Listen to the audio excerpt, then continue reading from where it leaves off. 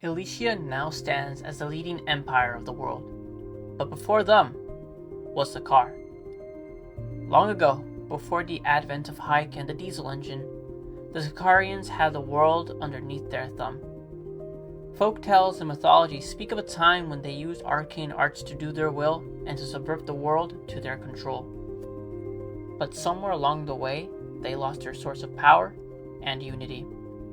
Soon after, they split and fought amongst themselves. By the time they recollected themselves from this calamity, another empire began to take its place, the Elysians.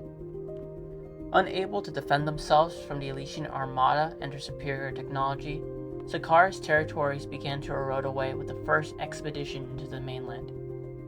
Faced with conquest, Sacar acted with desperation and abandoned its old ways and embraced industrialization.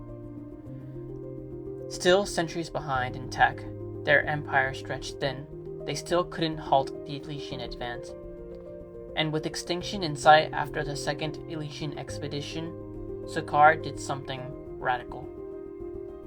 At an unprecedented speed, what was left of the vast empire condensed into a single concentration, embedding itself deep into the sacred mountains, turning this mountain range into the largest fortification the world had ever seen, now known as the Manchurian Gate. With their airships unable to fly over the mountains, and with the extreme frigid climates, the Elysian armada finally came to a halt. With the Elysians unable to reach the mountains, and with the Sacarians lacking the air power to retaliate, these two powers have stayed at a stalemate for decades, allowing both to grow deep roots and develop their own unique industries.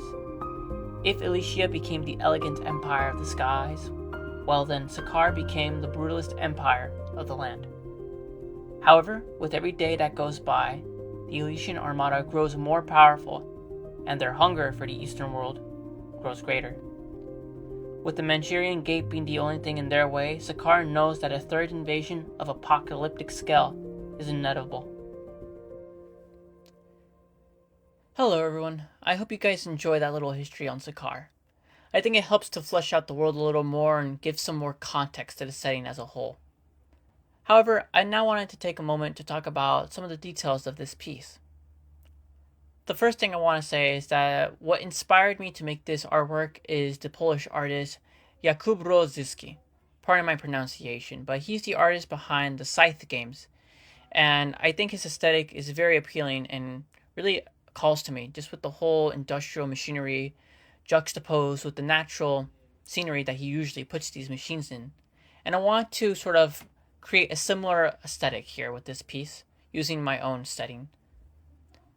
You could see in the video me looking at some of his work for references to see how he executes some of his stuff, which seems to be very loose and brush-like.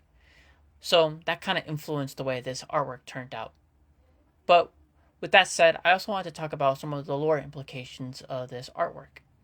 The structure that is seen here in the background is greatly inspired by German flak towers that were constructed in World War II.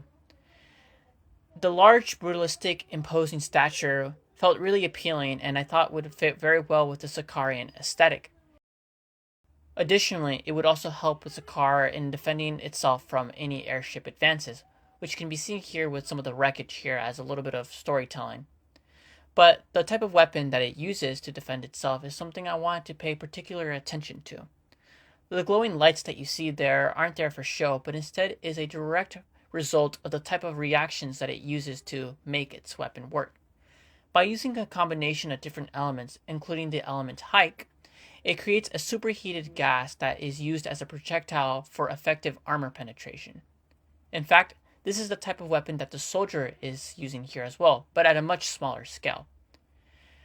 The thing that inspired me for these types of weapons was actually, funny enough, the nozzles of 3D printers. I always thought that the little fins that they have were very interesting, and it led me to a little rabbit hole for rifle designs, which made me wonder why it would need those. And the whole reason why they have those is because it's a heating element. It helps dissipate the heat or something like that. I'm no scientist by any stretch of the imagination, but I am an artist, and an artist making artistic decisions. So, for now, that's what I have to share with you guys. I hope you guys enjoy this piece. I'll be entering school again, so I might not have as much time as I used to, but I'll try to share whenever I can. But for now, please enjoy these cinematics, and I hope to see you in the next one.